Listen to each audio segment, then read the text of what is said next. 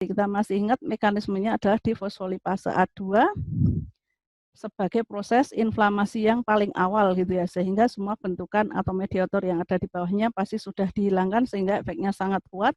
Kemudian tadi juga ada ditambahkan LTRE, leukotriene reseptor antagonis, Savirlukas atau Montelukast. Ini jelas kerjanya pada tahap molekuler tadi, pada saat terlepasnya imunoglobulin E, kemudian akan memicu terjadinya bentukan-bentukan atau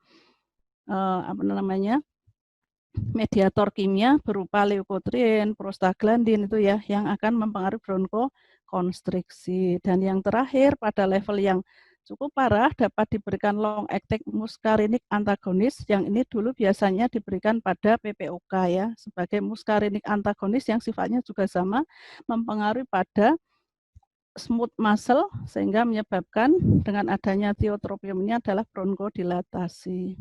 Nah, tadi kan dinyatakan ada dosis yang rendah, sedang, atau tinggi, ini di GINA pun sudah dilengkapi semua. Bagaimana dengan yang budesonid, berapa dosisnya, fluticasone berapa kalau dewasa. Nah, kalau anak yang namanya rendah, sedang, tinggi itu seberapa juga ada semua. Dan tampaknya obat-obat yang beredar di Indonesia pun sudah merancang gitu ya, memudahkan untuk pasien ya. Ini kalau saya lihat yang beredar di Indonesia kan cukup banyak ya, ada yang tunggal ya, SABA inhaler, kemudian ada juga yang kortikosteroid inhalasi, kemudian yang tunggal. Kalau yang kombinasi antara ICS dan LABA ini ada budesonid formoterol, kemudian fluticasone dengan salmeterol, ini kan jauh lebih banyak lagi ya variasinya. Mungkin nanti juga mungkin disampaikan bagaimana hasil penelitiannya. Kemudian LTRE, ini dua-duanya di Indonesia juga ada. Kemudian anti imunoglobulin E tadi adalah omalizumab 75 atau 150 mg per vial. Kalau ditanya harganya, wah saya tidak tahu gitu nggih. Nanti silahkan dilihat karena anti IG ini adalah pada level yang sudah severe, sudah sangat parah. Nah, peran kita seperti apa? Sebagaimana dalam buku yang telah diterbitkan oleh teman-teman dan juga dari Direktorat Bina Farmasi Klinik dan Komunitas tahun 2007, itu asma ini kan jelas, kita tahu ini adalah terapi jangka panjang, tidak kalah dengan prolanis. Maka kepatuhan pasien adalah kuncinya, tetapi apakah kepatuhan pasien itu bisa muncul dengan sendirinya? Tentu saja tidak, karena apa? Tugas apoteker membantu untuk bisa secepat mungkin dideteksi sehingga bisa tertangani dengan cepat. Dengan demikian apa? Kita bisa mencegah terjadinya perburukan serta kita bisa mengatasi segala masalah terkait obat termasuk adverse drug reaction yang terjadi pada pasien-pasien ini karena pengobatannya kan jangka panjang walaupun sudah diupayakan dengan pemberiannya secara inhalasi karena agar bisa secara langsung penetrasi ke paru-paru. Maka tugas apoteker adalah rekomendasi dari care plan-nya. Kalau teman-teman yang ada di rumah sakit pasti akan sering kita ngobrol dengan teman-teman klinisi ya. Sementara teman-teman di depo dan juga di apotek tentang drug supply-nya jangan lupa tidak hanya menyerahkan kepada pasien tetapi komunikasi, informasi dan edukasi khususnya nanti akan kita lihat tentang penggunaannya.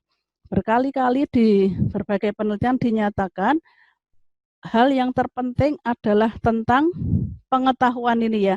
Pengetahuan pasien tentang berbagai hal terkait dengan asma. Tidak hanya apoteker yang harus menguasai, tidak hanya para klinisi, tetapi tentu di sini peran pasien dan keluarganya sangat penting. Karena itu diperlukan komunikasi yang efektif.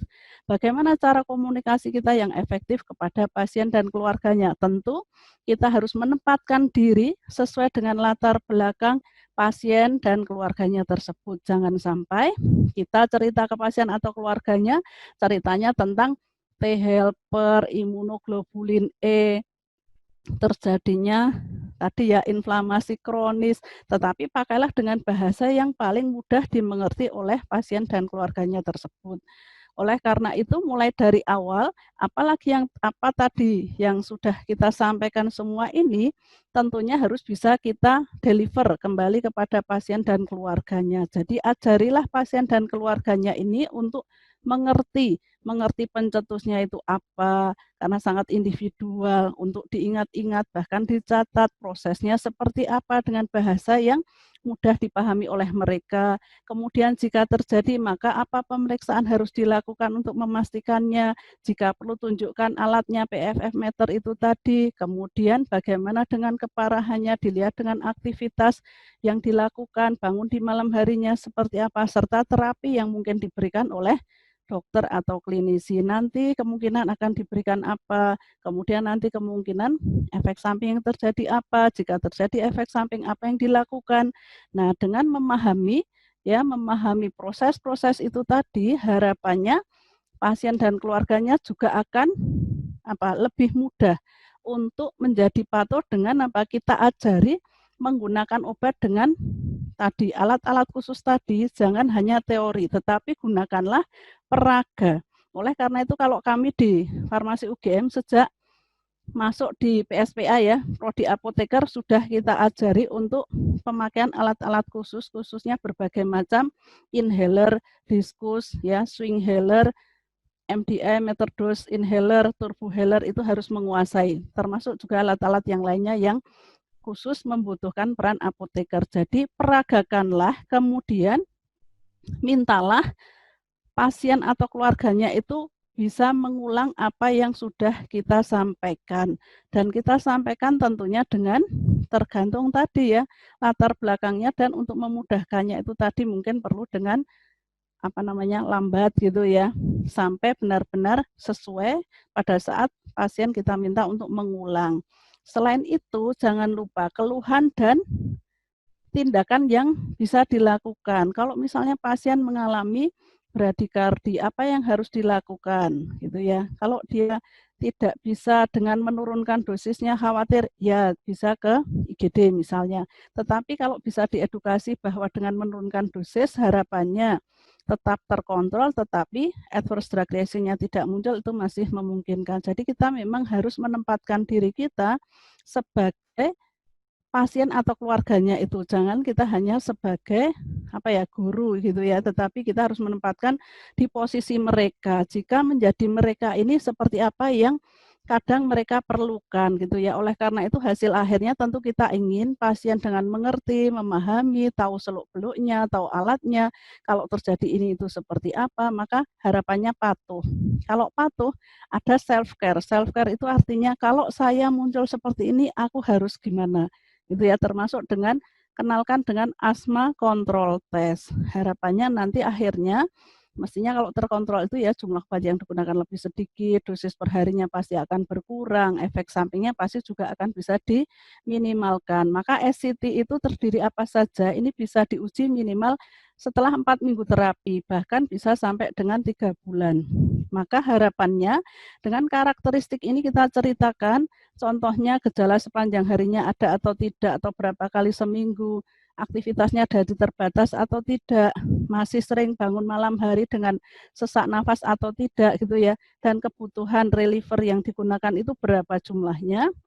Harapannya tadi dari yang tidak terkontrol, harapannya dia akan menjadi terkontrol sebagian, bertahap terkontrol sebagian, kita masih terus gitu ya take care pasien kita ini sampai akhirnya bisa terkontrol. Jadi ini adalah proses leveling untuk terkontrolnya kondisi pasien. Tidak menutup kemungkinan kita harus siap. Pasien yang awalnya sudah terkontrol akan jadi tidak terkontrol lagi atau terkontrol sebagian. Maka kita harus membantu pasien apa penyebabnya dan apa yang bisa dilakukan. Ini harus kita sadarkan kepada pasien dan kita ceritakan gitu ya. Maka tadi saya bilang hal yang terpenting adalah mengajari cara menggunakan berbagai macam obat asma yang ada di Indonesia ini ya, karena mungkin di tempat lain juga berbeda. Yang pertama adalah meter dose inhaler. Ini kan metodenya dengan adanya ini spacer gitu ya, yang harus dibuka. Kemudian ini adalah dengan menekan. Jadi ada harus diajari koordinasi gerak gitu ya. Tapi yang terpenting lagi apa? Harus dipastikan bahwa sebelum memberikan dosis yang sesuai untuk pasien ini sesuai resep dari dokter, pastikan bahwa ini bekerja atau masih dalam kondisi baik dengan cara menyemprotkan itu ya, menyemprotkan ke udara sehingga yakin bahwa itu masih baik. Kemudian untuk yang lain pun juga sama, selain memastikan bahwa itu sudah baik, ini kan agak sulit ya untuk diskus ini harus diajari cara membukanya